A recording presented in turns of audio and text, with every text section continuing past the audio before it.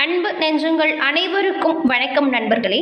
நாம இன்னைக்கு இந்த பதிவுல தனுசு ராசி அன்பர்களுக்கு அடுத்த 15 நாட்களின் கிரக நிலைகள் மூலம் உங்களோட வாழ்க்கையில ஏற்படும் சாதகமான பலன்கள் என்ன, அது மட்டும் இல்லாம பாதகமா என்ன விஷயம் அமையும்.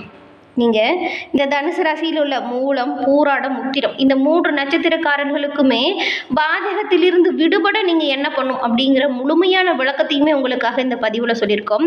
இந்த பதிவு நீங்கள் பயன்பெறும் வகையில் அமையும். அதனால் முழுமையாக பாருங்கள். நீங்கள் இப்போ தான் ஃபஸ்ட் டைம் நம்மளோட சேனலை பார்க்குறவங்களா இருந்தால் மறக்காமல் சப்ஸ்கிரைப் பண்ணி வச்சுக்கோங்க.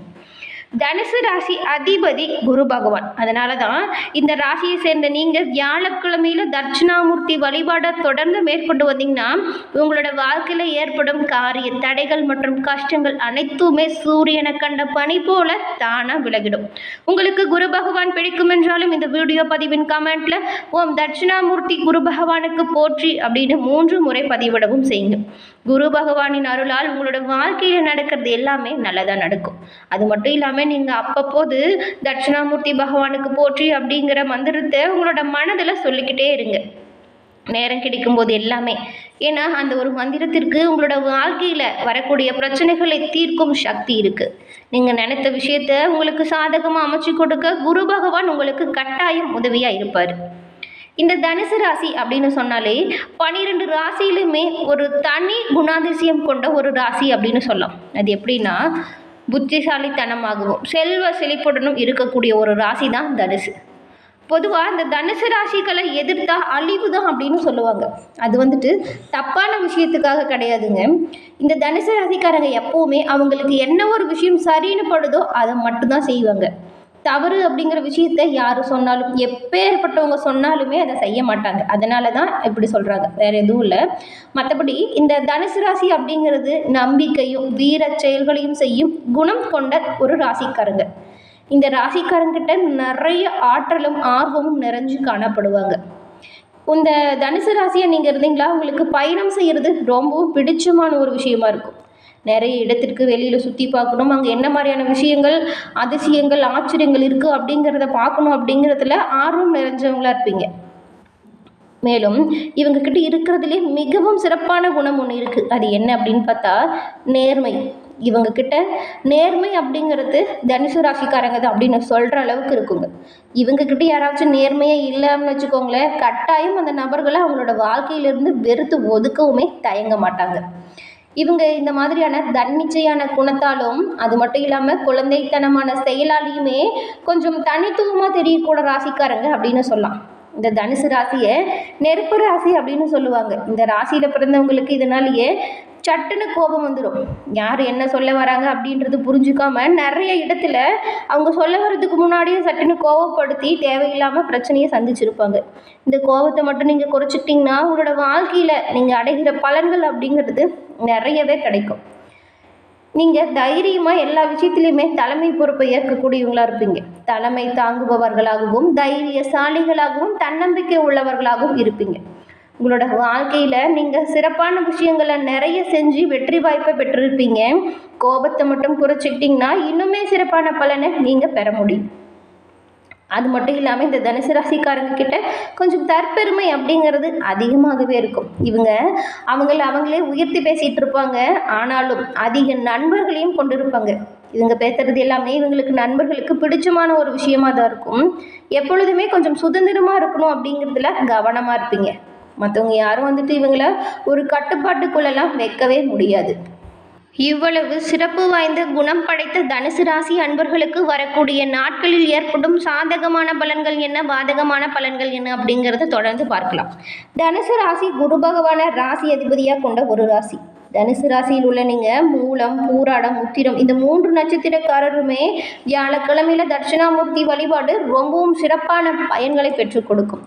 அந்த வகையில் உங்களுக்கு அடுத்த 15 நாட்களில் வரவிருக்கும் பலன்கள் எப்படி இருக்குன்னு பார்த்தா இந்த தனுசு ராசிக்காரர்களுக்கு ஓரளவுக்கு ஏற்றம் இறக்கம் நிறைந்ததாக தாங்க இருக்குது. கேது பகவான் மாதம் முழுவதுமே உங்களுக்கு 10ஆம் வீட்டில் இருக்கிறதுனால நீங்கள் வேலையில் கவனம் செலுத்த முடியாமல் வேலையிலையுமே கொஞ்சம் ஏற்றம் இறக்கம் நிறைந்திருக்கும். குரு 6ஆவது வீட்டில் அமர்ந்திருக்கும் பொழுது உங்களுக்கு அவ்வப்போது நல்ல செய்திகளும் வரும். நீங்கள் நல்லா செயல் புரிஞ்சிட்டு இருப்பீங்க. அப்போ தான் வந்துட்டு இந்த எதிரிகள் தொல்லை எல்லாமே வரக்கூடும். அவங்களோட தொந்தரவு உங்களோட பணிகளை முடிக்க முடியாத அளவுக்கு சிரமத்தை ஏற்படுத்தக்கூடுங்கிறதுனால நீங்கள் கொஞ்சம் கவனமாக உங்களோட செயல்களில் ஈடுபடணும். எந்த ஒரு வேலையில் ஈடுபடுறதுக்கு முன்னாடியுமே கொஞ்சம் கவனமாகவும் எச்சரிக்கையாகவும் செயல்படுறது நல்லது. இதன் மூலம் எதிரிகளின் தொல்லையிலிருந்து நீங்கள் கொஞ்சம் விலக்கு பெற முடியும். நீங்கள் உங்களோட வேலையில் முழு கவனம் செலுத்தணுங்க. ஒரு சில பிரச்சனைகள் வரும், அது எல்லாமே உங்களோட மனதைரியத்தால் உடைத்தெறியக்கூடிய வாய்ப்பும் அமையும். 5ஆம் வீட்டின் அதிபதி செவ்வாய் பகவான் மாதம் முழுவதுமே உங்களோட 7வது வீட்டில் இருக்க போகிறார். இதன் விளைவாக உங்களோட கல்விக்காக நீங்கள் மிகவும் கடினமாக உழைக்க வேண்டிய சூழ்நிலை அமையும். கடினமாக உழைக்கிறது பெரிய கஷ்டம்லாம் கிடையாதுங்க.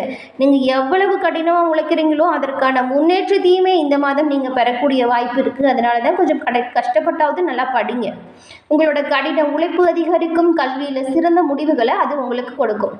இந்த மாதம் குடும்ப வாழ்க்கையிலுமே கொஞ்சம் ஏற்றத்தாழ்வுகள் நிறைந்த ஒரு மாதமாக தான் அமைஞ்சிருக்கு. ஏன்னா 4ஆம் வீட்டில் சுக்கிரன் உச்சம் பெற்றிருக்கிறதுனால குடும்பத்தில் மகிழ்ச்சியும் புதிய வாகனம் அல்லது புதிய சொத்து சேர்க்கையும் அமையும். ஆனாலுமே தேவையற்ற வீண் வாக்குவாதங்கள் இழக்கூடுங்கிறதுனால உங்களோட வார்த்தைகளில் நீங்கள் கவனத்தை கையாளணும். 10ஆம் வீடு குடும்பத்தில் மகிழ்ச்சியை உண்டாக்கும். 5ஆம் வீட்டின் அதிபதியான செவ்வாய் பகவான் 7ஆம் வீட்டில் இருக்கும் பொழுது உங்களோட காதல் உறவை வழிபடுத்த நீங்கள் தைரியமாக எந்த ஒரு செயலையுமே செயல்படுத்த போகிறீங்க. நீங்கள் உங்களோட காதலியை திருமணம் செய்ய விரும்பினா அது தொடர்பாக அவங்க கிட்ட பேசுறதன் மூலம் சம்மதம் கிடைக்கும். உங்களோட காதல் விஷயம் உங்களோட வீட்டத்தில் சொல்லி திருமணம் வரைக்குமே வருவதற்கான வாய்ப்பு இருக்குது. நீங்கள் மனதுக்கு பிடிச்சவங்களை மனம் முடிக்கும் வாய்ப்பும் இந்த மாதம் அமையும். அது மட்டும் இல்லாமல் உங்களோட திருமணத்திற்கு 2 வீட்டாரின் சம்மதம் பெற்று திருமணம் செய்யக்கூடிய வாய்ப்புமே இருக்குது. சூரிய பகவானும் புதன் பகவானும் 2வது வீட்டில் புதாத்திய யோகத்தை உங்களுக்கு இந்த மாதம் அமைச்சு கொடுத்துருக்காங்க.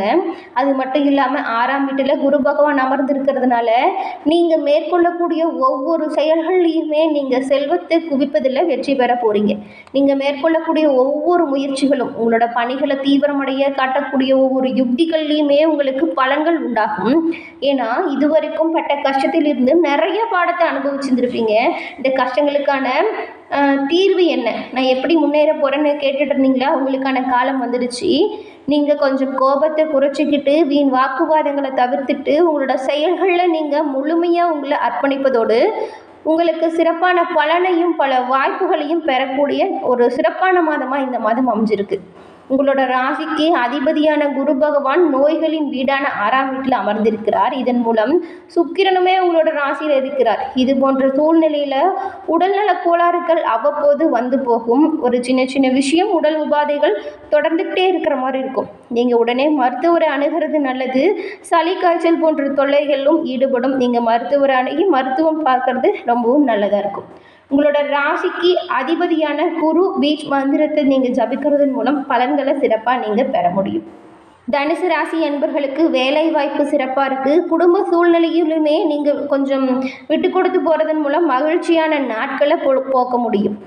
நீங்கள் இந்த சமயத்தில் அடுத்தடுத்த தொழில் விரிவாக்கம், அடுத்தடுத்த பிரான்ச்சஸ் ஓப்பன் பண்ணுறது பற்றின யோசனைகளில் தீவிரமாக பணியாற்றுவது மூலம் சிறப்பான பலனை பெற முடியும்.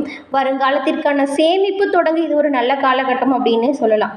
இந்த சிறப்பான தொழில் முன்னேற்றம் இருக்கும் காலத்தில் தாங்க வங்கி இருப்பு அதிகரிக்க செய்ய முடியும்.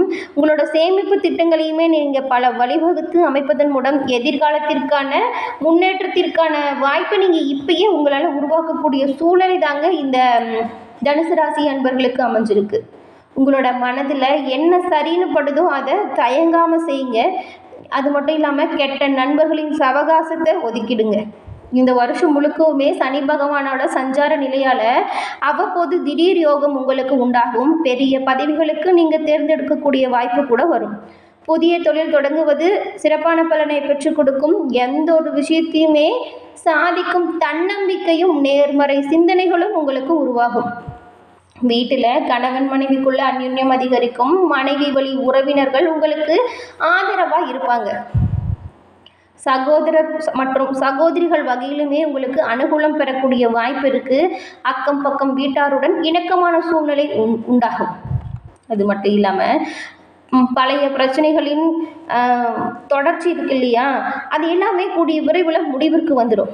நீங்கள் வியாழக்கிழமையில் குரு பகவான் வழிபாட்டையும் சனிக்கிழமையில் ஆஞ்சநேயர் வழிபாட்டையும் வழிபடுறது ரொம்பவும் நல்லது. ஏன்னா ஆஞ்சநேயரே தனுசு ராசியில் மூல நட்சத்திரத்தில் பிறந்த ஒருத்தர் தான். அதனால் நீங்கள் சனிக்கிழமையில் ஆஞ்சநேயர் வழிபாடை மேற்கொள்வதும் சிறப்பானதாக இருக்கும். எந்த ஒரு விஷயம் செய்கிறதுக்கு முன்னாடியும், தொழில் தொடங்குறதுக்கு முன்னாடியும் ஆஞ்சநேயர் பகவானை மனதார வேண்டிக்கிட்டு செயல்படுத்துங்க. கட்டாயம் உங்களுக்கு நல்லது இருக்கும். என்ன தனுசு ராசி நேயர்களே, இந்த பதிவு நீங்கள் பயன்பெறும் வகையில் அமைஞ்சிருக்கும்னு நினைக்கிறோம். இந்த பதிவு பிடிச்சிருந்தா லைக் பண்ணுங்கள், ஷேர் பண்ணுங்கள், கமெண்ட் பண்ணுங்கள். நீங்கள் இப்போ தான் ஃபஸ்ட் டைம் நம்மளோட சேனலை பார்க்குறீங்கன்னா மறக்காமல் சப்ஸ்கிரைப் பண்ணி வச்சு கூட வர பெல் ஐக்கானும் கிளிக் பண்ணி வச்சுக்கோங்க. அப்போ தான் நாங்கள் போடுற பதிவுகள் உடனுக்குடன் நோட்டிஃபிகேஷன் மூலம் உங்களை வந்தடையும் அப்படிங்கிறதையும் தெரிவிச்சுக்கிறோம். தொடர்ந்து பார்த்தமைக்கு நன்றி நண்பர்களே. நன்றி, வணக்கம்.